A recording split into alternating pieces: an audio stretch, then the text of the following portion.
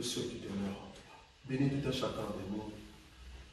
Et la parole que tu veux nous donner, Seigneur, touche nos vies pour la seule gloire de ton nom. En ton nom, Jésus-Christ, que nous avons ainsi prié. Amen. Amen. Que Dieu soit loué. Amen. Wow. J'avais déjà tendance à dire, peut-être on n'aura pas un temps d'enseignement, on pouvait continuer avec l'adoration. Mais bon, que le Seigneur soit loué. Nous allons prendre nos Bibles. Nous allons prendre nos Bibles. Nous sommes dans le livre d'Éphésiens. Éphésiens chapitre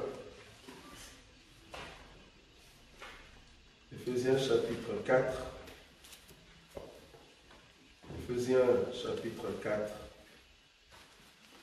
Je commence à partir du 10e verset. Celui qui est descendu, c'est le même qui est monté au-dessus de tous les cieux, afin de remplir toutes choses. Et il a donné les uns comme apôtres, les autres comme prophètes, les autres comme évangélistes, les autres comme pasteurs et docteurs, pour les perfectionnements de saints en vue de l'œuvre du ministère et de l'édification du corps de Christ, jusqu'à ce que nous soyons tous parvenus à l'unité de la foi et de la connaissance du Fils de Dieu, à l'état d'homme fait à la mesure de la stature parfaite de Christ, afin que nous ne soyons plus des enfants flottant et emportés à tout vent de doctrine par la tromperie des hommes, par leur ruse, dans les moyens de séduction, mais que professant la vérité dans la charité, nous croissions en tous égards en celui qui est le chef, Christ. Amen. Amen. Depuis un certain temps, nous avons commencé cette partie du ministère parce que nous avons compris que c'est très important. Et les dimanches, nous avons touché l'apostolat. Nous avons dit que l'apostolat, c'est presque la même chose avec l'évangélique, c'est-à-dire le grand signe qui accompagne ces deux personnes, ces deux ministères, c'est le signe de la puissance, très important. Ce qui fait la différence entre l'apostolat maintenant avec l'évangéliste est que l'apôtre, il a cette grâce de là où il se trouve, vouloir ou pas, s'il y a des go-faits, c'est-à-dire il y a des enfants des dieux prédestinés, vouloir ou pas, tu seras épaté de son enseignement, de sa doctrine, et tu viendras à Christ Jésus. Tu vas sentir dans ton cœur cet esprit te disant, tu dois changer ta vie. Tu dois changer et venir à Christ. Ça, c'est la grâce apostolique. Et cette grâce est accompagnée par des signes. Partout dans la Bible, il faut que le signe accompagne l'apôtre. Il faut que le signe accompagne l'évangéliste. Et j'avais entamé pour dire aussi que dans le prophétique, tu peux être un prophète ministériel, mais si tu n'as pas les dons de la prophétie, parole et connaissance, en d'autres termes, si tu n'as pas les dons qu'on avait appelés les dons de révélation, je ne sais pas si vous voyez ça, voilà, nous avons parlé sur les dons de révélation. Si tu n'as pas ces dons-là de révélation, ce n'est pas possible que tu sois appelé prophète. Et comme le prophète travaille toujours de la même manière avec le docteur, donc même le docteur aussi, pour le reconnaître, il doit avoir cette grâce du don de révélation. C'est-à-dire, il peut prendre des révélations bibliques, il le révèle. De secrets, ce qui était caché, les mystères cachés, il a la grâce de révéler cela. Ça peut être par la parole de connaissance, ça peut être par la parole de sagesse, ça peut être par la prophétie, et ça peut être aussi par, en fait, le discernement des esprits. Ça va? Ces dons-là, le don de révélation qui est constitué de 4. Donc, un docteur, on le voit par ces dons-là. Donc, c'est-à-dire, soit il a l'un de ces dons-là, mais la grâce particulière du docteur et du prophète, c'est la révélation. Il faut amener la révélation. Et le docteur, la grâce qu'il a, c'est d'expliquer la révélation. Très important. Tu ne peux pas seulement donner la révélation et puis tu t'arrêtes. Par exemple, quand tu dis, Jésus a fait 18 ans avant d'arriver à 30 ans, est-ce que vous savez qu'est-ce que Jésus faisait pendant les 18 ans? Parce que la Bible ne le dit pas. Est-ce que vous savez ce que Jésus faisait entre 12 ans et jusqu'à 30 ans? Parce que ce n'est pas mentionné. À l'âge de 12 ans, il a prêché et puis la Bible dit quand les parents l'ont trouvé, il est rentré, il était soumis à eux. Et là on dit l'enfant grandissait en stature et puis en quoi? En sagesse et quoi encore? Il y a 3 éléments comme ça. Donc du coup, le petit Jésus croissait, mais entre 12 ans et 18 ans. Qu'est-ce qu'il faisait? Alors là, il faut que le prophète entre dans la Bible, il faut que le docteur entre dans la Bible et nous donne cette révélation. Ça va? C'est très important. Or, la révélation n'allait pas loin. Si tu as la grâce prophétique, si tu as la grâce doctorale, tu vas entrer dans la Bible, tu peux le faire ressortir. Ça va? Et nous disons toujours que l'enseignement de la révélation, je peux avoir une révélation A, le frère, Dieu merci, peut avoir une révélation B, parce qu'il a le même ministère que moi. Le frère Boïka peut avoir une révélation C, parce qu'il a le même ministère que moi, ou soit prophétique. Mais cependant, il faut que le A, B, C nous ramène à Christ Jésus. C'est-à-dire le couleur, les habits de Joseph. Il faut que le couleur en question nous ramène vers la tunique. Donc tu ne peux pas apporter une révélation en dehors de la parole. Il faut que la révélation des Écritures, parce que vous êtes ministre par rapport à la parole, il faut que la révélation, que ce soit les prophètes, que ce soit les docteurs, il faut que la révélation reste dans le cadre de la parole. Très important. C'est-à-dire le couleur de la tunique de Joseph doit respecter en fait l'habit en question. Très important. Donc un docteur sans les dons de révélation, c'est-à-dire soit la prophétie ou la parole de connaissance, ça doit être terrible dans sa vie, ou soit au fait la révélation des Écritures. Mais dans ce qui concerne les dons, je ne parle pas ici ministériels, mais les dons spirituels, il faut que le prophète ait cette grâce de la prophétie. C'est très important. Alors le pasteur, lui, un pasteur qui n'a pas même de don, 0, ce n'est pas possible. Tout pasteur est doté de cette grâce de don que le Seigneur a donné. Surtout, les signes particuliers d'un pasteur, c'est l'amour. C'est un monsieur rempli d'amour, vous n'avez pas l'idée. Là où vous savez condamner le péché, lui, il vient pour caresser la douleur en question.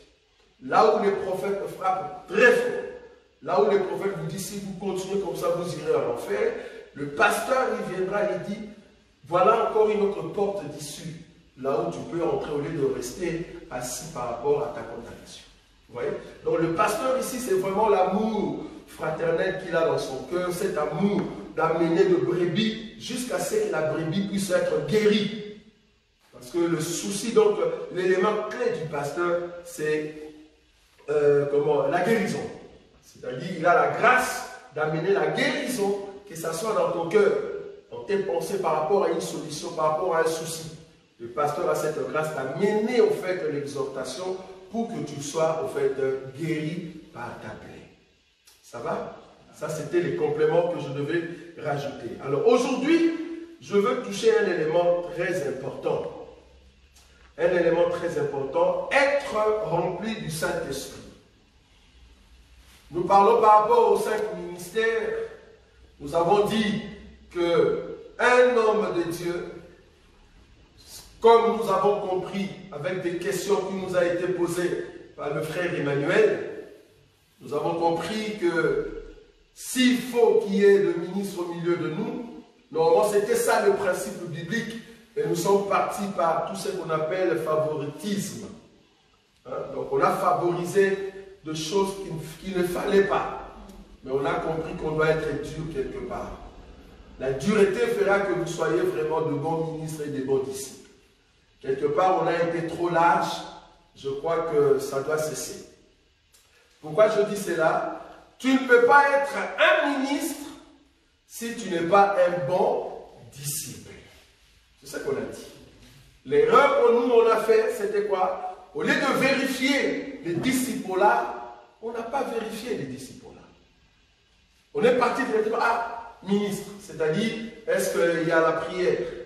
Est-ce que le monsieur comprend déjà les Écritures? Si c'est bon, est-ce qu'il sait le présenter? C'est bon. Nous n'avons pas vérifié Acte chapitre 6. Acte chapitre 6, le bon disciple qu'on doit choisir entre multitude de disciples, il y a 3 critères qui font la force de ce ministre-là. Nous avons dit, tu dois être rempli du Saint-Esprit. Tu dois avoir les bons témoignages et tu dois avoir l'esprit de la sagesse. 3 éléments qu'on a beaucoup négligés. Que Dieu nous pardonne. On a négligé ces éléments-là, alors que c'est ça qui fait la force d'un ministre. Pourquoi? Un ministre rempli du Saint-Esprit, il va agir selon le Saint-Esprit. Un ministre qui a l'esprit de la sagesse, tu vas juger, parler avec des vieux, parler avec les mamans avec sagesse. Tu sauras comment gérer l'Église. Un ministre qui a un bon témoignage, quand je dis un bon témoignage, c'est-à-dire avant que tu sois un bon disciple, tu sois un ministre, on doit vérifier ton témoignage. C'est ça l'erreur qu'on a fait. On doit vérifier ton témoignage. Quand je dis vérifier, la vérification veut dire nous pouvons aller même auprès des personnes que toi tu ne connais pas, qui nous disent si réellement tu as un bon témoignage. Si ton témoignage n'est pas bon, ce n'est pas encore le moment. Le rêve que nous avons fait, je répète toujours là-bas, c'était le même jour du reconnaissance ministérielle. C'est là-bas qu'on pose aux gens qui est contre, qui est pour, quel est le témoignage que vous avez, est-ce que vous voulez qu'on puisse le reconnaître ou pas. Personne à ce moment-là peut te donner sa réponse. Sois sérieux. Si on est sincère, en tout cas vouloir ou pas, qui va s'élever pour dire on va croire que moi j'étais contre, alors qu'en réalité ces messieurs-là ils ne pouvaient pas être tels. Je crois qu'avant d'arriver là-bas, d'abord on vérifie les disciples-là. C'est dans les disciples-là qu'on vérifie les témoignages. Ce n'est pas pour une personne qui aspire déjà au ministère. Non, disciples. C'est dans les disciples-là qu'on vérifie si réellement tu es au fait un bon disciple. Acte chapitre 6. Acte chapitre 6. Acte chapitre 6. Acte chapitre 6. Je commence à partir du premier verset pour comprendre un peu les 3 critères en question. En ces temps-là, le nombre de disciples augmenta. Les hellénistes murmurèrent contre les Hébreux parce que leurs veuves étaient négligées dans la distribution qui se faisait chaque jour. 2. Les 12 convoquèrent la multitude de disciples et dirent: il n'est pas convenable que nous laissions la parole de Dieu pour servir aux tables. C'est pourquoi, frères, choisissez parmi vous, le verset 3, choisissez parmi vous 7 hommes de qui l'on rende un bon témoignage, qui soient pleins d'Esprit Saint et de sagesse, et que nous chargerons de cet emploi, de qui l'on rende un bon témoignage. Qui rend le bon témoignage de ce 7? C'est l'Église. L'Église, l'entourage. Qu'est-ce que vous, l'Église, vous savez au sujet d'eux? Parce que si le monsieur n'avait pas un bon témoignage, on ne va pas les choisir. On est d'accord? Je vais quand même rectifier quelque chose pour être bien précis. Ils ont choisi 7, c'est parce que le disciple en voulait 7. Donc, on pouvait aller au-delà. Ça va? Parce que la fois passée, je dis, ah, il n'y avait que 7. Non. Le terme, il n'y avait que 7, c'est comme si, au-delà de 7, il n'y avait encore personne qui pouvait avoir ces critères-là. Donc, les critères en question de bons disciples, on pouvait avoir au-delà de 7. Ça va? Mais comme les disciples voulaient seulement 7 personnes, ok, on s'est limité à 7. Mais ils pouvaient aller au-delà. Mais les conditions pour que tu puisses être parmi les 7 en question, c'était qu'on rende de toi un bon témoignage. Que tu sois rempli du Saint-Esprit, que tu puisses avoir l'esprit de la sagesse. Donc, ici je martèle, supposons qu'il y a un bien-aimé qui est au milieu de nous, ou qui est au milieu de nous, et qui aspire à être ministre, et que tu étais marié avant de rencontrer notre évangile, si tu t'es séparé avec cette femme-là, alors que tu es dans notre évangile, la moindre des choses serait de poser la question aussi à cette femme-là. Je vous dis, je veux vraiment être dur. J'ai compris que sans la dureté, nous ne serons pas ressortis de bons hommes de Dieu.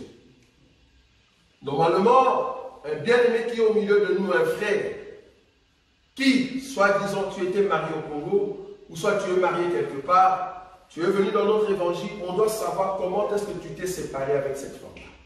On doit savoir. On doit savoir. Bon, peut-être tu nous diras, ben, je n'étais pas encore dans cet évangile. Mais si tu t'es séparé dans cet évangile, on doit savoir pourquoi.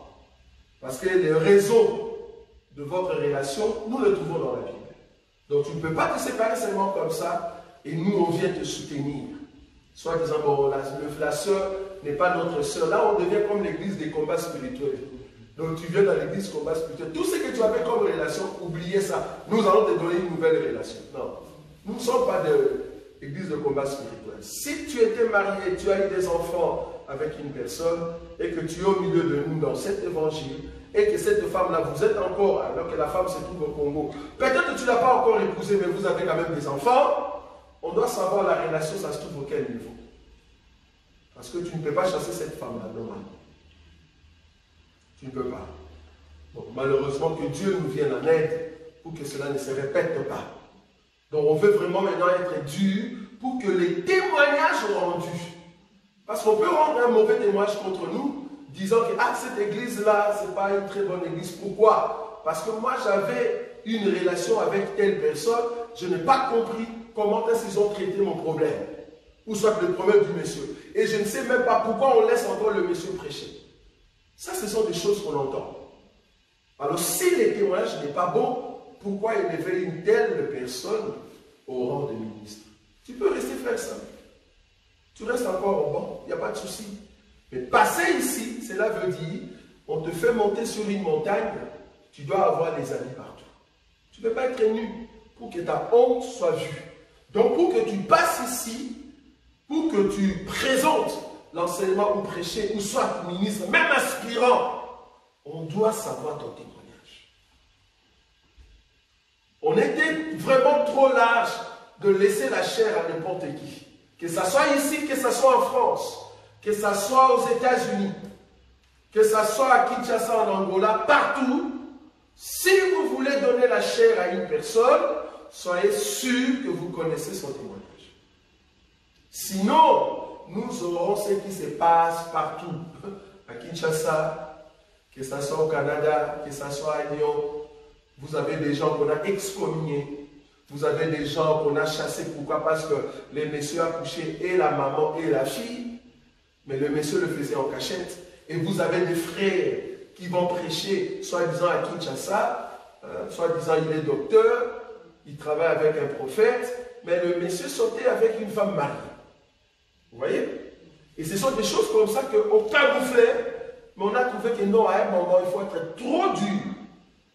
La dureté ferait que, voilà, on respecte la parole. On respecte la parole. Nous ne venons pas ici seulement pour perdre notre temps. Nous venons ici pour préparer un peuple qui va aller au ciel. Sinon, je vais rester à la maison. Pourquoi venir ici prendre mon temps, faire des discours chaque mercredi, vendredi et dimanche, mais devant des gens qui ne mettent pas en pratique la parole de Dieu? À quoi bon? Sinon, je peux encore créer ma musique comme le faux prophète du Congo, si c'est celui de Pétage. Je peux créer ma chanson, peut-être je chante mieux que lui, et je crée dans des réseaux sociaux. Je peux créer un groupe, et je commence à faire ma musique, parce qu'aujourd'hui, la musique n'a pas besoin de voix. C'est juste la stratégie, tu sais comment tu peux faire. Je peux faire encore rester là-bas, que de venir ici, prêcher, croyant que les gens mettent en pratique la parole de Dieu, mais ils vivent dans le péché.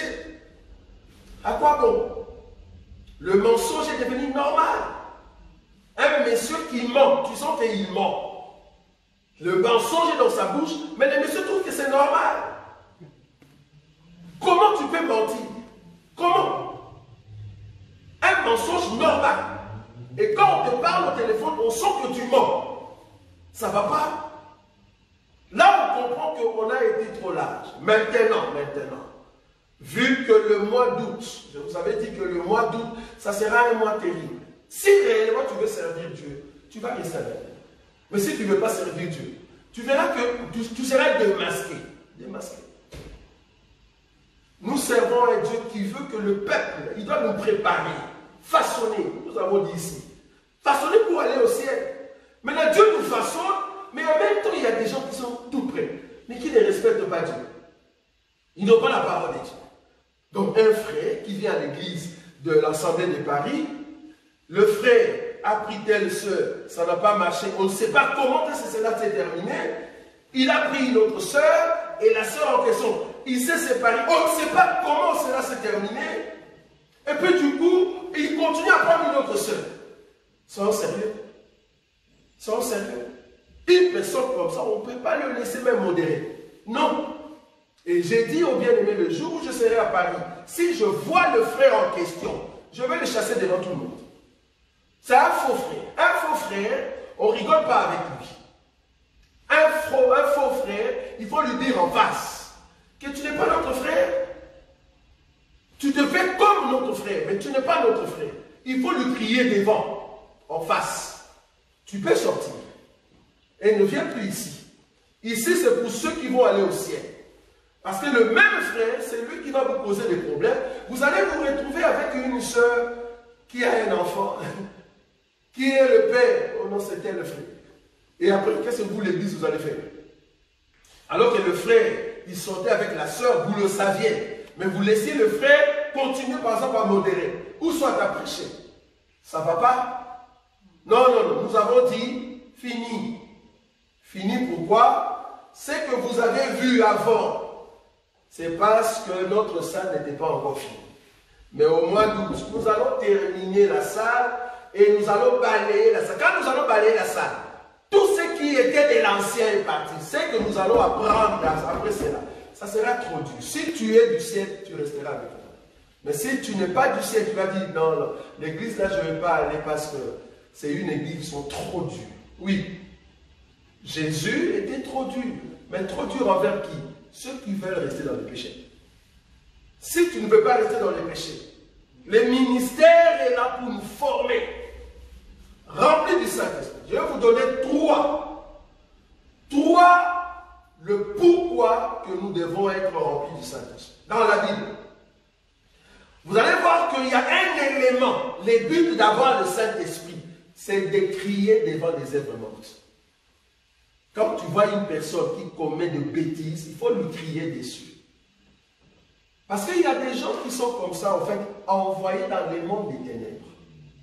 Ils viennent au milieu de vous, alléluia, amen. Mais c'est un grand sorcier, une grande sorcière. Elle est venue avec beaucoup d'amour. Et bizarrement, ces gens-là, ils font toujours pour être tout près de ministres, tout près de ceux qui prêchent. Pourquoi? Parce qu'ils savent que c'est la tête. Dès qu'ils frappent la tête, comme la Bible dit, quand ils frappent les bergers, les brebis sont dispersées. Ils vont s'attacher tout avec leur tête. Tout avec leur tête. Et quand ils vont faire leur coup, quand le coup va réussir, c'est le même personne qui va commencer à appeler au téléphone, voilà votre homme de Dieu, voilà tel frère qui prêchait. Pourquoi on lui laissait prêcher? Regarde son témoignage. J'ai tout. C'est pour cela que je vais donner un conseil à ceux qui sont matures. Si vous êtes mature dans les choses de Dieu, les circonstances de votre maison, le souci de votre maison, il ne faut pas dire à n'importe qui. Parce qu'il y a des gens qui viennent, il va juste prendre tout ce que tu lui dis, il attend le jour où le diable lui avait dit, tu vas sortir maintenant parce que c'est le temps. Il va brandir ce que toi tu lui avais dit.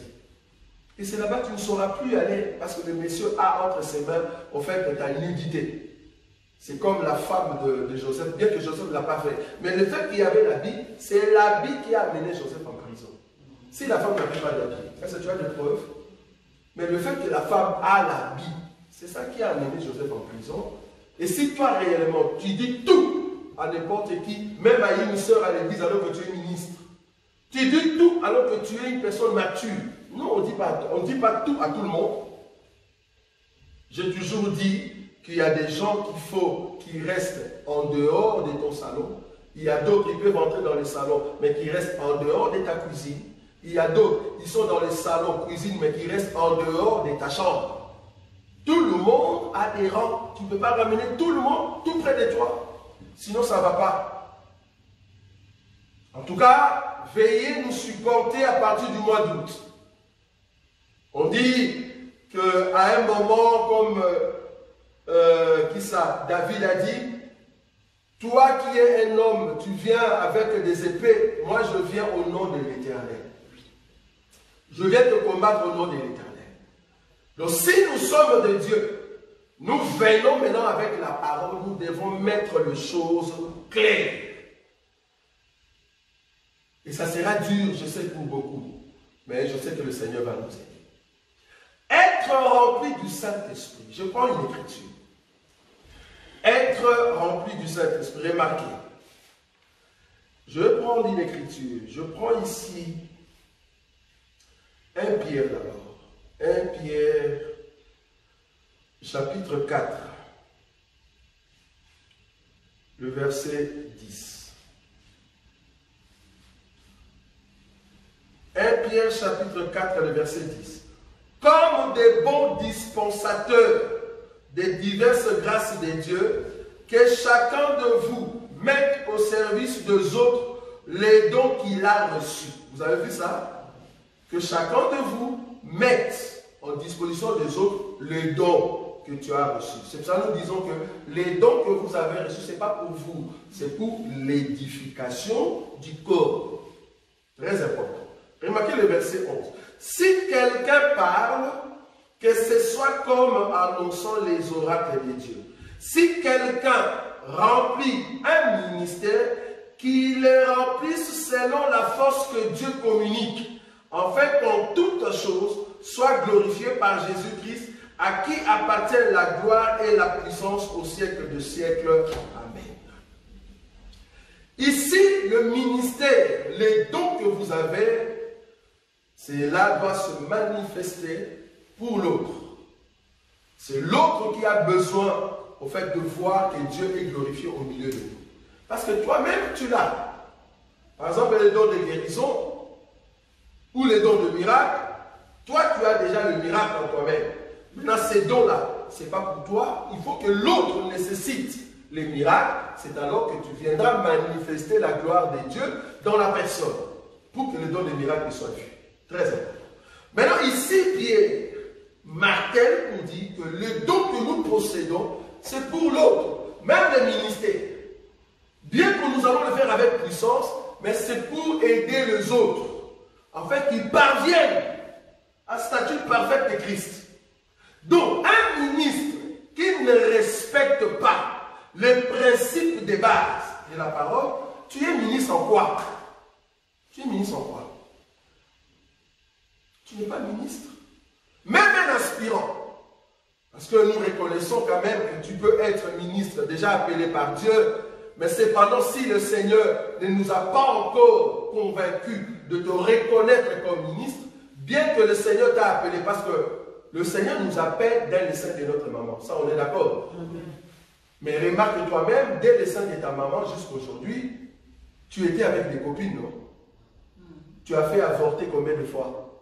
Tu as dit à la femme, non, non, non, non, non, je n'aimerais pas avoir cet enfant avec toi, va enlever. Mais toi-même, tu te dis que j'ai été appelé, non, quand tu étais enfant. Mais tu as avorté avec une fille, tu es sorti avec combien de filles?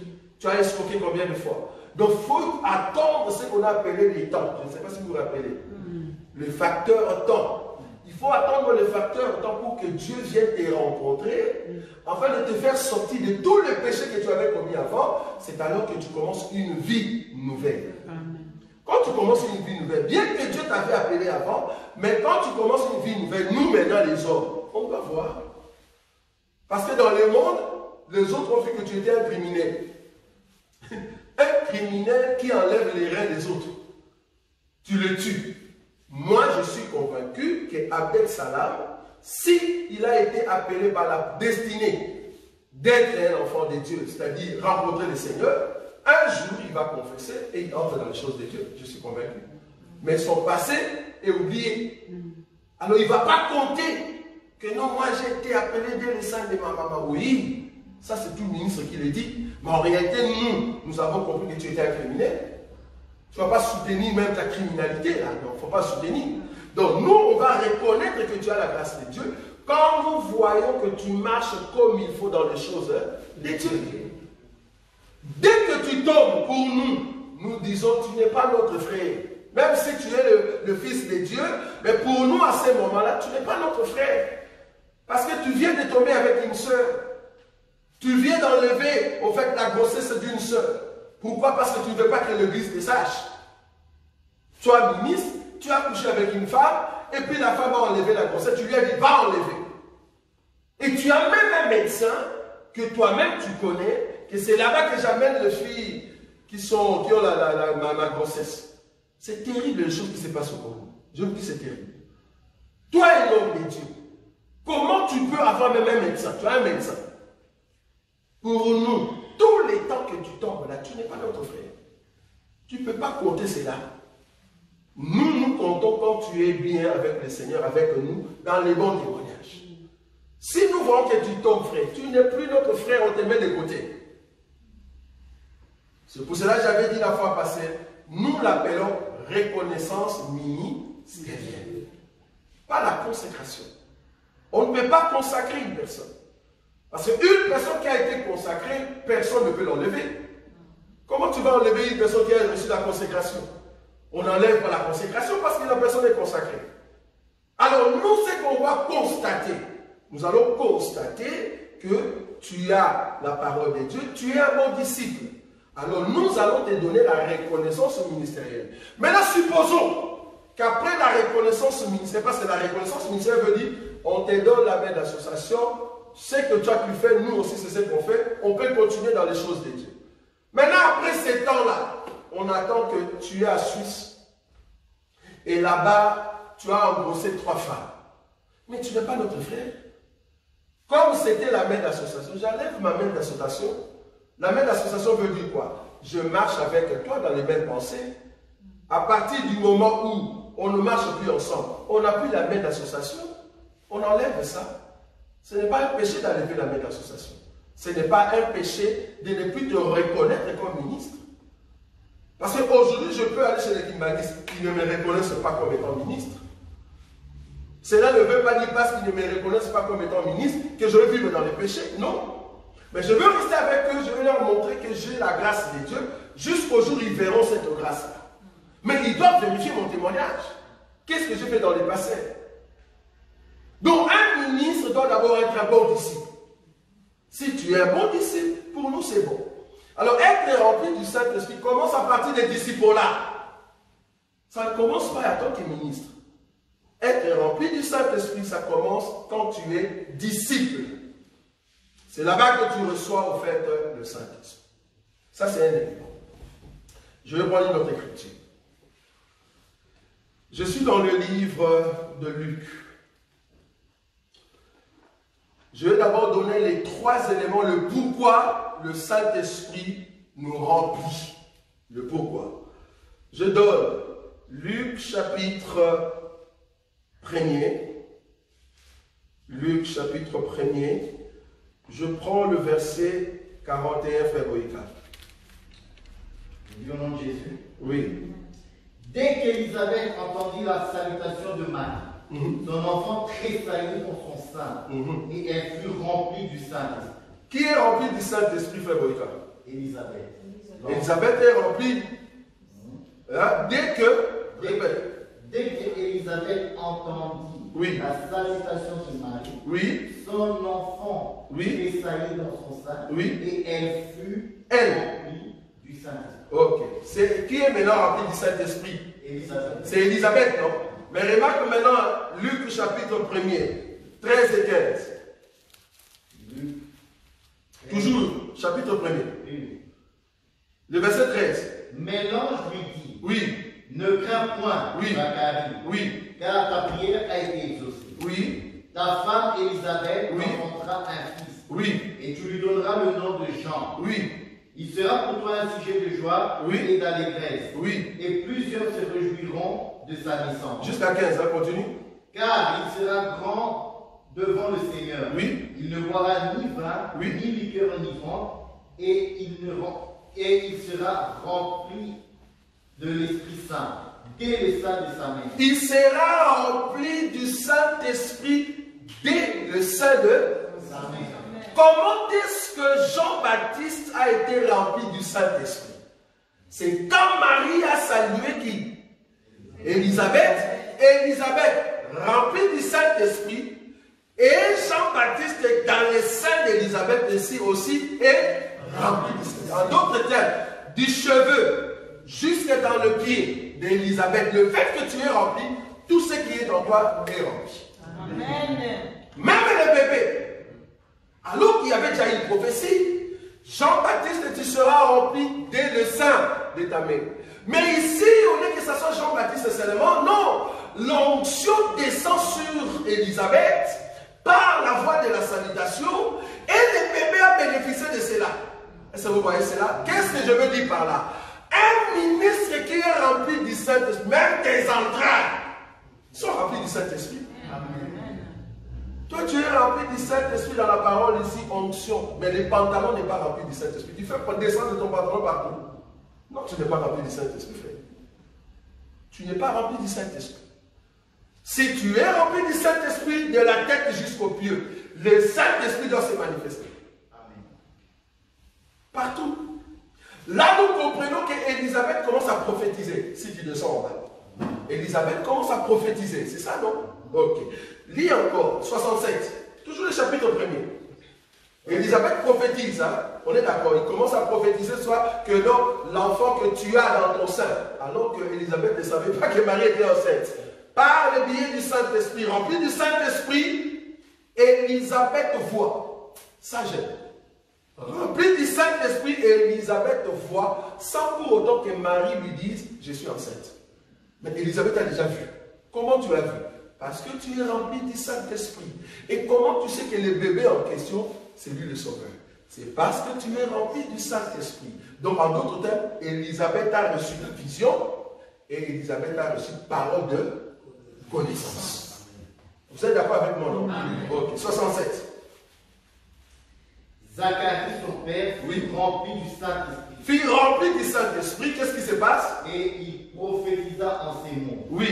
Béni soit le Seigneur, le Dieu d'Israël, de ce qu'il a visité et racheté son peuple, et nous a suscité un puissant sauveur dans la maison de David, son serviteur, comme il avait annoncé par la bouche de ses saints prophètes des temps anciens. Un sauveur qui nous délivre de nos ennemis et de la main de tous ceux qui nous haïssent. Ça, c'est Zacharie qui commence à prophétiser. Pourquoi? Parce qu'il est rempli du Saint-Esprit. Le premier élément qui nous montre que tu es rempli du Saint-Esprit, tout ministre, tout disciple rempli du Saint-Esprit, tu dois manifester un don. Un don. Si tu vois un ministre n'a pas les dons spirituels, mais attendez, tu es ministre par rapport à quoi? Tu n'es pas rempli du Saint-Esprit. On n'a jamais vu la manifestation du Saint-Esprit. J'ai bien dit la manifestation. Parce qu'une personne qui est remplie du Saint-Esprit, vouloir ou pas, il y a cette manifestation. Je ne parle pas ici de rempli du Saint-Esprit de l'enseignement. Ça, c'est le Saint-Esprit en nous. Je ne sais pas si vous voyez cet enseignement. On a 3 positions du Saint-Esprit. On est d'accord ou pas? Qu'est-ce que j'avais dit? Nous avons le Saint-Esprit en nous. Ça, c'est l'enseignement. Nous avons le Saint-Esprit sur nous. C'est ça, être rempli du Saint-Esprit pour l'œuvre. Et le Saint-Esprit avec nous. Ça, c'est le Saint-Esprit qui nous conduit. Le Saint-Esprit en nous, c'est par l'enseignement. Nous devons être remplis du Saint-Esprit dans l'enseignement. Nous disons Amen. La révélation, c'est-à-dire les 4 langages de Dieu. Nous disons Amen. Mais toi, ministre de Dieu, tu dois aussi être rempli du Saint-Esprit, c'est-à-dire l'huile qui découle. Parce que tu es rempli, on a mis de l'huile et on doit voir l'huile qui coule. Si on ne le voit pas, on se dit, mais tu es ministre par rapport à quoi? Parce qu'avant d'être ministre, tu étais d'abord un bon disciple. Or, un bon disciple doit être rempli du Saint-Esprit. Tu n'as pas de dons, tu es ministre en quoi? Tu n'as pas de dons. Donc, premier élément, il faut qu'il y ait manifestation de dons. Tout disciple, tout bon ministre, il faut qu'il y ait des dons spirituels. Ça, c'est le premier. Acte. Acte des apôtres. Acte des apôtres, on va lire 3 passages. D'abord, Acte des apôtres, chapitre 4. Le premier verset, c'est bon. Acte des apôtres, chapitre 4. Oui. Verset. Le premier verset. Tandis que Pierre et Jean parlaient au peuple, survinrent les sacrificateurs, les commandants du temple et les sadducéens, mécontents de ce qu'ils enseignaient le peuple et annonçaient en la personne de Jésus la résurrection des morts. Le verset 14 et 15. Mais comme ils voyaient là, près de l'homme qui avait été guéri. Tu peux commencer par 8, s'il te plaît. 8 jusqu'à 14. Oui. 14 ou 15. Alors Pierre, oui. Rempli du Saint-Esprit. Alors Pierre, rempli du Saint-Esprit, leur dit, chefs du peuple et anciens d'Israël, puisque nous sommes interrogés aujourd'hui sur un bienfait accordé à un homme malade, oui. afin que nous disions comment il a été guéri, oui. Sachez-le tous, et que tout le peuple d'Israël le sache. C'est par le nom de Jésus-Christ de Nazareth que vous avez crucifié et que Dieu a ressuscité des morts. C'est par lui que cet homme se présente en pleine santé devant vous. Jésus est la pierre rejetée par vous qui bâtissez. Voilà, par vous qui, les sacrificateurs, on est d'accord? Continue. Et qui est devenu la principale de l'homme. Oui. Il n'y a de salut en aucun autre, car il y a sous le ciel aucun autre nom qui ait été donné parmi les hommes par lequel nous devions être sauvés. 13. Lorsqu'ils virent l'assurance de Pierre. Lorsque le sacrificateur vire l'assurance, est-ce que vous voyez ça? Remarque maintenant le verset. Le verset 13. Lorsqu'ils virent l'assurance de Pierre et des gens, continue. Ils furent étonnés, oui. Sachant que c'était des hommes du peuple sans instruction. Oui. Et ils le reconnurent pour avoir été avec Jésus. 14, le dernier. Comme ils voyaient là, près de l'homme qui était guéri, ils n'avaient rien à répondre. Ici, Pierre et Jean sont remplis du Saint-Esprit, mais la Bible martèle Pierre. Rempli du Saint-Esprit, il ose défier les sacrificateurs. C'est-à-dire des gens qui ont été pour faire la théologie, comprendre la loi de Moïse. Et toi, Pierre, messieurs sans instruction, tu oses te mettre devant nous, les sacrificateurs. Pour que Pierre ose faire ça, c'est parce qu'il était rempli du Saint-Esprit. Donc, on peut être aussi rempli du Saint-Esprit, c'est ça qui t'amène à oser dire tout haut que ça, c'est pas juste, ça c'est juste. Parce que le Saint-Esprit te convainc de l'assurance de l'enseignement. Là, tu es sûr que je n'ai pas peur. Quand je dis que tel monsieur c'est un impudique, tel monsieur c'est un adultère, ça, pour le dire, c'est parce que tu es sûr de l'enseignement. Tu es rempli. Donc le Saint-Esprit, ce n'est pas seulement les dons, mais c'est aussi devant les gens que tu vois que non, ça c'est un faux enseignement. Ce que tu fais, c'est pas bon. Tu le dis tout haut. Tu frappes très fort contre un mal, contre une mauvaise œuvre. Ça aussi, c'est être rempli du Saint-Esprit. Sinon, tu seras timide. Oh, nous n'avons pas ici un esprit de timidité. Je ne sais pas si vous voyez ça. Mais nous avons reçu un esprit d'adoption par lequel nous crions Abba Père. Je n'ai pas peur. Je crains mon Dieu. Je ne crains pas vous autres. Donc, rempli du Saint-Esprit, il ose dire aux sacrificateurs que nous n'avons pas peur de vous autres parce que est-ce qu'on doit vous respecter ou on doit respecter la parole de Dieu? Et d'ailleurs, Jésus que vous avez crucifié. Non, Pierre, non, tu es rempli. Tu dis à un sacrificateur, les Jésus que vous avez sacrifié, c'est lui que Dieu a donné en fait la supériorité. Et d'ailleurs, il n'y a de salut à aucun autre nom, car il y a sous le ciel aucun autre nom qui nous a été donné par lequel nous devions être sauvés. C'est-à-dire, si vous avez que votre loi, vous n'êtes pas sauvé. Vous imaginez? Pierre, tu es sans instruction. Mais pourquoi tu parles comme ça? C'est parce qu'il est rempli du Saint-Esprit. Et vous avez vu ça? Deuxième écriture. Acte toujours. Chapitre 7. C'est par rapport à Étienne, le frère Boïka. Oui, cherche-moi ça. Par rapport à Étienne. Là où la Bible dit que Étienne est rempli du Saint-Esprit. Voilà. Alors, c'est 7. Oui, je suis déjà. Je vais commencer par. Je le trouvais. Alors, c'est à Acte chapitre 7, le verset 55.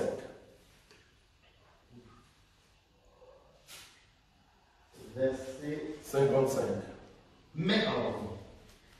Mais Étienne, rempli du Saint-Esprit, oui, et fixant le regard vers le ciel, oui, vit la gloire de Dieu, et Jésus debout à la droite de Dieu. Et il dit, voici, je vois le ciel ouvert, et le Fils de l'homme debout à la droite de Dieu. Ils poussèrent alors des grands cris, en se bouchant les oreilles, et ils se précipitèrent tous ensemble sur lui, le traînèrent hors de la ville et le lapidèrent. Les témoins déposèrent leurs vêtements aux pieds d'un jeune homme nommé Saul. Ici, Étienne, rempli du Saint-Esprit, il faisait face à des Juifs, tellement qu'il parlait. Il y a la grâce de Dieu qui les remplit, et là, il y a une vision qui arrive. Il voit la gloire de Dieu. La gloire de Dieu s'empara de lui dans le corps. Ça lui a enlevé la peur de la mort. Vous voyez ça? Parce que le dernier ennemi, je vous avais déjà enseigné ici, l'ennemi plus puissant que Satan. Parce qu'il y a un ennemi plus puissant que Satan. Ça, vous savez, non? L'ennemi plus puissant que Satan, c'est qui? C'est la mort. Parce que la mort va tuer même Satan lui-même. Vous voyez? Maintenant, si toi, tu arrives déjà, tu as déjà dépassé déjà, je sais que tu as déjà dépassé l'étape de Satan et des démons. Ici, maintenant, ce qui te reste, c'est de croire avec l'onction que tu n'as pas peur de la mort. Quand tu arrives à ce niveau-là, tous les hommes qui sont là, ils ont peur de toi. Quand Jésus disait que je veux mourir, mais mon temps n'est pas encore arrivé, est-ce qu'il était mort? Non. Jusqu'au jour où son temps va arriver. C'est pour ça qu'il n'avait pas peur. Étienne a compris que je veux mourir. Il a vu en vision, l'onction s'est manifestée. Et la vision s'est ouverte. Il voit le ciel, il dit non, je pars. Je n'ai pas peur. Donc tout ce que vous pouvez le faire maintenant. Je n'ai pas peur. À un moment, on doit aller au-delà même de la mort. Pour aller là-bas, je vous dis, tu dois être rempli du Saint-Esprit. Entre dans la prière. C'est un conseil que je te donne. Entre dans la prière pendant 3 jours. Prie intensement. Tu vas voir que la peur de mourir va quitter. Parce que là, tu te dis, je suis prêt. N'importe quoi peut venir maintenant. Il n'y a rien qui peut supporter encore ma vie. Pourquoi? Parce que tu es rempli de la grâce de Dieu. Tu n'as plus peur. Tu as peur de la mort, c'est normal. Parce que ça fait un bon moment que tu n'entres pas dans l'intimité avec Dieu. Entre seulement dans l'intimité avec Dieu, tu vas voir que non, c'est un niveau très élevé. Même la mort, tu n'as plus peur. Très important. La Bible dit dans Actes chapitre, on va continuer, Actes chapitre 4. Je vous amène ici à comprendre pourquoi tu dois être rempli du Saint-Esprit. Premièrement, tu dois être rempli du Saint-Esprit parce que tu dois manifester des dons. C'est-à-dire prophétie, parler en langue et tout ça. Deuxièmement, tu dois être rempli du Saint-Esprit pour faire face à tes ennemis. C'est pour ça, à des moments, quand vous dites, au nom de Jésus, sors, moi, ma maison, c'est la maison de Dieu. Mais tu le dis par formalité. Tu ne le dis pas parce que tu es rempli du Saint-Esprit. Quand tu es rempli du Saint-Esprit, même avant d'ouvrir rien que la bouche, tu sens que la personne qui est devant toi tremble. Tu le sens. Parce qu'on sent cette colère, qu'on appelle la colère sainte. Tu sens cette colère monter en toi parce que tu es rempli. Tu as besoin de démontrer Dieu. La démonstration des choses qu'on ne voit pas. Pierre n'a pas eu peur des sacrificateurs. Ils s'en foutent complètement de vos titres. Je m'en fous de votre théologie. J'ai compris que vous avez tué le Christ. Et le Christ en question, c'est lui le sauveur. Et c'est comme ça qu'on a réagi. Par l'onction qu'il avait. Remarquez maintenant Actes chapitre 4. Actes chapitre 4, le verset 23, et puis on va sauter. Le verset 23 et 24. Après avoir relâché, après avoir été relâchés, oui, ils allèrent vers les leurs, oui, et racontèrent tout ce que les principaux sacrificateurs et les anciens leur avaient dit. Ça c'est Pierre et Jean, ça va, saute. Là ils vont entrer dans la prière. Oui, le 24, lis un peu 24, c'est quoi la prière? Lorsqu'ils eurent entendu, oui, ils élevèrent la voix à Dieu, la voix de tous ensemble, la voix de tous, et dirent, oui, Seigneur, toi qui as fait le ciel et la terre, la mer et tout ce qui s'y trouve. Le verset 26. Le roi de la terre se sont soulevés et les princes se sont ligués contre le Seigneur et contre son roi. En effet, contre ton saint serviteur Jésus, que tu as oint, Hérode et Ponce Pilate se sont ligués contre Hérode et Ponce Pilate se sont ligués dans cette ville avec les nations et les peuples d'Israël. Verset 31. Verset 31. Quand ils eurent prié, le lieu où ils étaient ensemble trembla. Ils furent tous remplis du Saint-Esprit et ils annonçaient la parole de Dieu avec assurance. Du 32. La multitude de ceux qui avaient cru n'était qu'un seul cœur, oui, qu'un cœur, qu'une âme. Nul ne disait que ses biens lui appartenaient en propre, mais tous étaient communs entre eux. Ils ont vu Pierre et Jean entrer. Ils ont dit, mais écoute, regardez ce qu'on vient d'entendre auprès de ces souverains sacrificateurs, de ces théologiens, de ces pasteurs, de prophètes, des archibishops, ceux qui élèvent la voix. Ils n'ont même pas le Saint-Esprit, ils n'ont même pas la grâce que nous avons de la parole et de l'onction, mais regardez ce qu'ils nous ont fait. L'Église commençait à prier.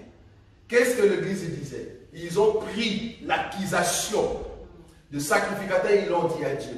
Dieu, les gens qui t'ont crucifié, regarde, ils nous menacent aussi. Or, nous, en réalité, on sait que tu nous avais dit qu'ils nous persécuteront aussi. Mais la persécution, sans le remplissage du Saint-Esprit, nous allons nous lâcher. Nous avons besoin de l'onction, bien que dans la persécution, que nous soyons remplis. Et la Bible dit là où ils étaient, bougeant. Tout le monde était rempli du Saint-Esprit. Quand ils ont reçu ces revêtements, ils sont sortis. Ils ont commencé à dire, on n'a plus peur de vous. Quand tu es rempli du Saint-Esprit, tu n'auras plus peur.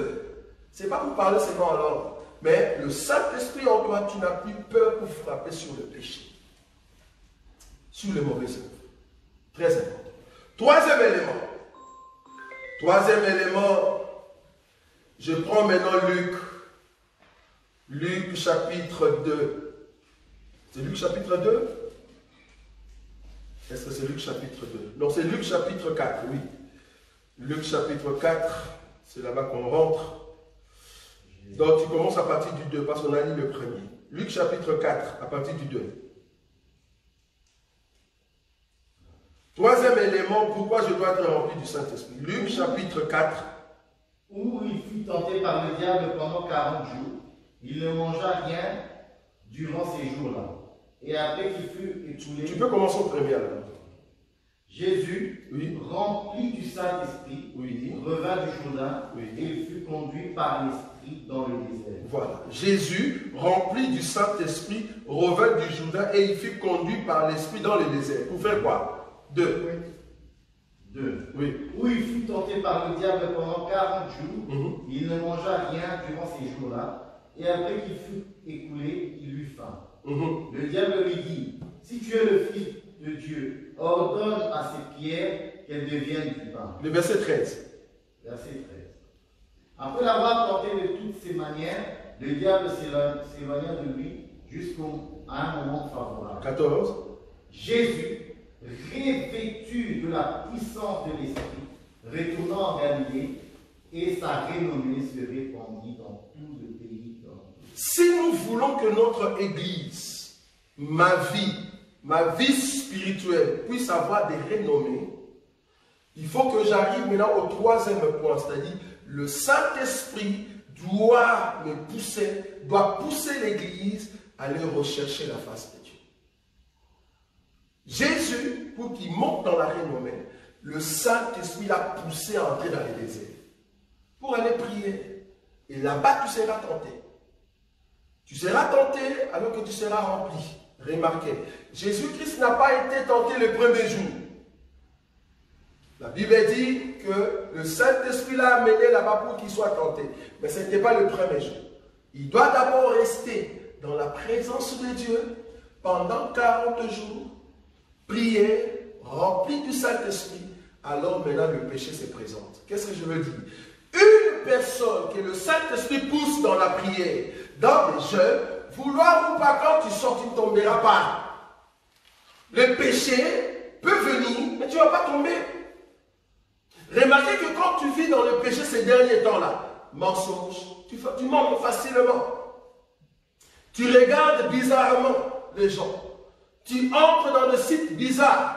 Remarque, c'est pendant la faiblesse. La faiblesse veut dire, ça fait un bon moment que tu n'as pas entré dans la prière.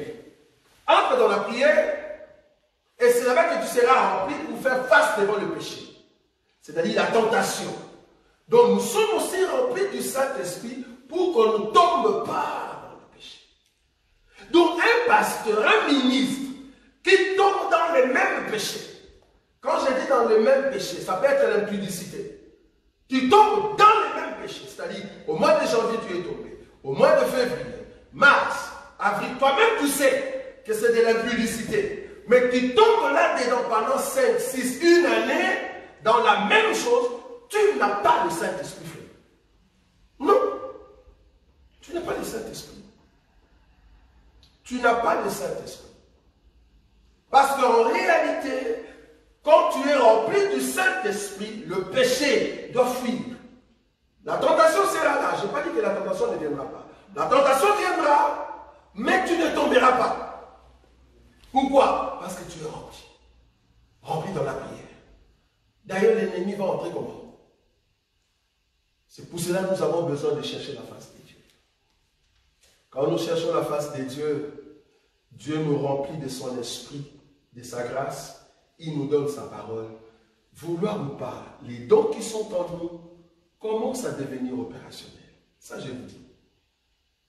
Pour le moment, peut-être on n'a pas encore vu que tu as une grâce excellente. Peut-être on ne le voit pas encore. Et je vous dis, quand nous allons commencer à entrer dans la profondeur de chercher la face de Dieu, vouloir ou pas, vos dons vont sortir. Et beaucoup d'entre nous, nous allons le voir clairement que ce n'était pas notre frère et ce n'était pas notre soeur. Très important. Nous ne pouvons pas continuer avec des gens qui ne sont pas les nôtres. Si le Seigneur nous montre déjà que tu n'es pas notre frère, c'est mieux que tu sortes, que tu vas ailleurs. Judas, depuis le commencement, seulement Jésus qui savait qu'il n'était pas des nôtres. En tout cas, Jean voyait. Il voyait que le monsieur, c'était un voleur. Bon, comme il était jeune, mais il voyait. Mais jusqu'au jour où il a livré le Seigneur, c'est là-bas que tout le monde, maintenant, ils ont dit, c'est lui qui devait vendre le Seigneur, donc c'était toi. Mais tu n'es pas notre frère. Parce que tu as vendu le Seigneur. Tu as vendu l'enseignement. Tu as brisé l'enseignement. Vendre le Seigneur veut dire, j'ai besoin d'argent, votre parole ou enseignement. Je m'en fous complètement. Je m'en fous complètement. Un homme de Dieu. Permettez que je vienne là-bas. Parce que ça m'a fait trop mal pendant la semaine. Un homme de Dieu. Comment, je comprends, hein, c'est pendant l'été. Hein. On est pendant l'été, tu peux aller te laver, je ne sais pas moi, si c'est en Jeep. Je ne sais pas au stand si c'est où. Ça on comprend. Peut-être tu voulais avoir la chaleur et tu voulais que le sel puisse t'avoir sur le corps. Tu voulais te bronzer. Ça on comprend. Mais pourquoi tu l'as fait et tu l'as filmé pour nous montrer? Pourquoi? Qu'est-ce que tu veux nous montrer? Parce que là-bas, c'est le lieu public. Quand tu prends l'image, tu le balances sur Facebook, sur TikTok, vouloir ou pas, ça s'appelle lieu public. Pourquoi tu veux nous montrer ton corps dans les lieux publics? Pourquoi? On comprend que tu es un païen. Un païen tout fait. Parce qu'un homme de Dieu ne peut pas montrer sa nudité. Nous, dans notre évangile, la nudité commence à partir des genoux jusqu'au-dessus de l'ombril. On a dit ça, non? Ça, c'est pour les hommes. Pour le femme, ça commence de là jusqu'ici. Donc, tu dois cacher ton corps. Maintenant, toi, un homme de Dieu, tu es en culotte, en maillot. Pourquoi tu nous montres ton corps? Qu'est-ce que nous, on a à voir avec ton corps? Pourquoi tu le mets dans les lieux publics? Tu es un païen. Et ce sont des choses, de petites choses comme ça. On comprend déjà l'intention, l'esprit qui peut t'animer. On comprend. On comprend. Et quand vous faites vos partages, j'ai dit à un homme de Dieu qui vient d'être ici, c'est mon ami, à peine même 2 semaines. Ah non, je te cherchais par le biais du pasteur Bobo, je voulais apprendre ton numéro. Je dis, il n'y a pas de souci. Si c'est pour échanger les enseignements, il n'y a pas de souci. On lui donne mon numéro. Juste après 2 jours, je ne sais pas qu'est-ce que les autres font à la maison. Il prend des vidéos, je ne sais pas, ils ont vu où. Il me balance ça. J'ai dit, monsieur, donc tu as reçu mon numéro pour me balancer des vidéos. Je n'ai pas besoin de tes vidéos. Si tu as reçu mon numéro, c'est pour qu'on échange concernant l'enseignement. Ou soit efface mon numéro. Je ne suis pas ton ami. Non, on n'est pas des amis. Nous sommes des frères. Si tu veux être mon frère, tu dois respecter les principes de la maison. Tu m'amènes des vidéos bizarres du monde. Qu'est-ce que je vais en faire? Non. Donc, quand tu veux faire des partages, sois sûr que ce que tu veux partager, c'est édifiant. Si ça n'édifie pas, pourquoi tu le partages? Plus grave encore, tu le partages dans un groupe public. Là où on a dit, on est être censé, ici c'est le groupe des élus de Bruxelles, les élus de Paris. Pourquoi tu nous balances des vidéos qui ne tiennent pas la parole de Dieu? Pourquoi? On comprend que vous êtes des gens, vous demeurez dans la distraction. Tu peux rester dans la distraction, tu dis, ah, cette chose est bien, je vais balancer. Si tu balances ça, par exemple, je ne sais pas où, dans un groupe où nous ne sommes pas là-bas, là on comprend. Parce que c'est ta famille. Mais si tu veux le faire dans un groupe où il y a l'église, c'est censé être comme l'église. C'est comme ça qu'on fait le lundi, non? Le lundi, c'est quoi? C'est les temps de la prière, là où nous tous nous entrons pour prier. Si on entre là-bas pour prier, c'est-à-dire qu'on considère le groupe en question comme un groupe chrétien. Si c'est un groupe chrétien, pourquoi tu nous balances des vidéos pornographiques? Pourquoi?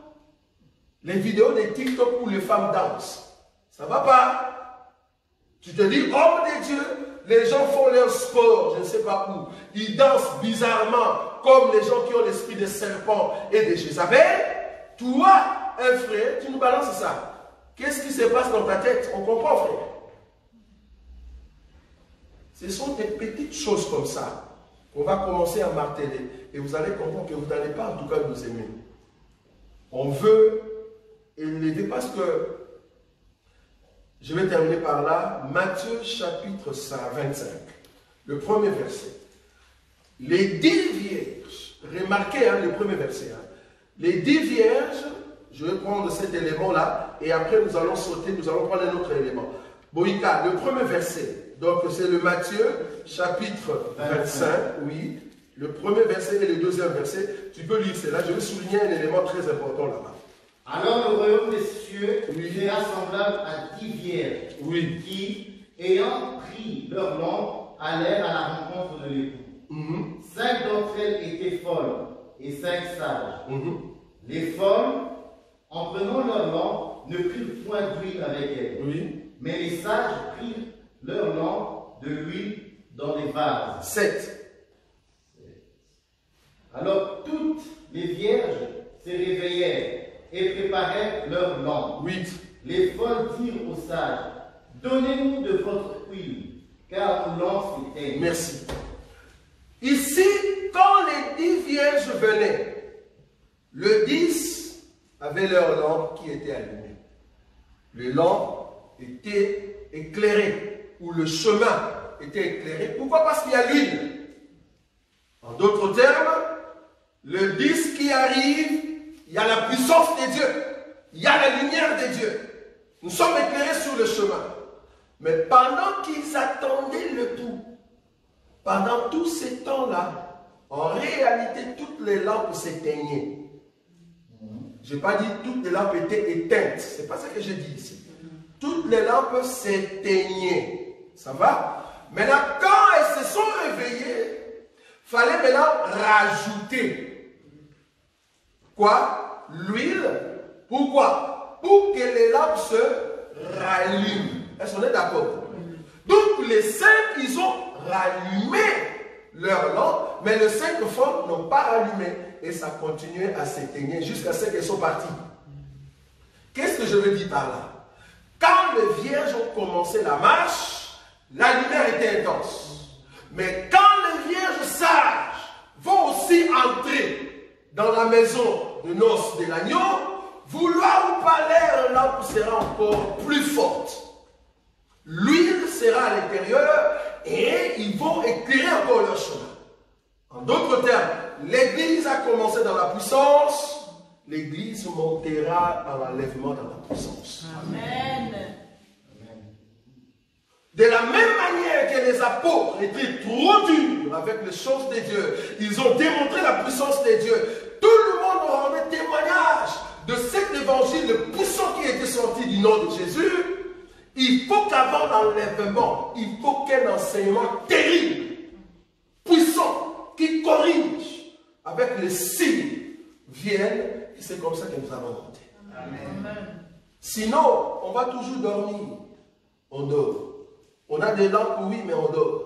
On laisse les choses passer. Non, à un moment, pour entrer au ciel, il faut être un violent. Un violent. Je ne parle pas ici de la violence de mon frère et jeune frère Marcelo. Non. Ça, c'est une djunju. Ça, c'est une djunju. Ce que lui fait, on l'appelle ça une djunju. Quand il crie très fort, ça c'est une djunju. Parce qu'on peut te poser une question, tu vas fuir. Tu n'as pas la totalité, frère. Ça, c'est une djunju. Mais nous, quand on parle, je sais que si tu me poses A, je te répondrai B. Je sais en quoi je parle. J'ai les 3 sortes d'être rempli du Saint-Esprit. C'est-à-dire, j'ai les dons en moi qui se manifestent quand je suis rempli du Saint-Esprit. J'ai l'enseignement qui est rempli en moi. Et quand je suis rempli, les démons fuient. Les 3. Être rempli du Saint-Esprit pour ces 3-là. Très important. L'Église montera à l'enlèvement dans la puissance. Ça, moi, je le crois. Pourquoi? Parce que la lumière doit briller. Or, la lumière brille par l'onction du Saint-Esprit. Est-ce qu'on est d'accord? Amen. Nous allons prier. Que le Seigneur nous aide. Que le Seigneur nous aide à garder cette onction fraîche. Une onction fraîche qui nous aide réellement.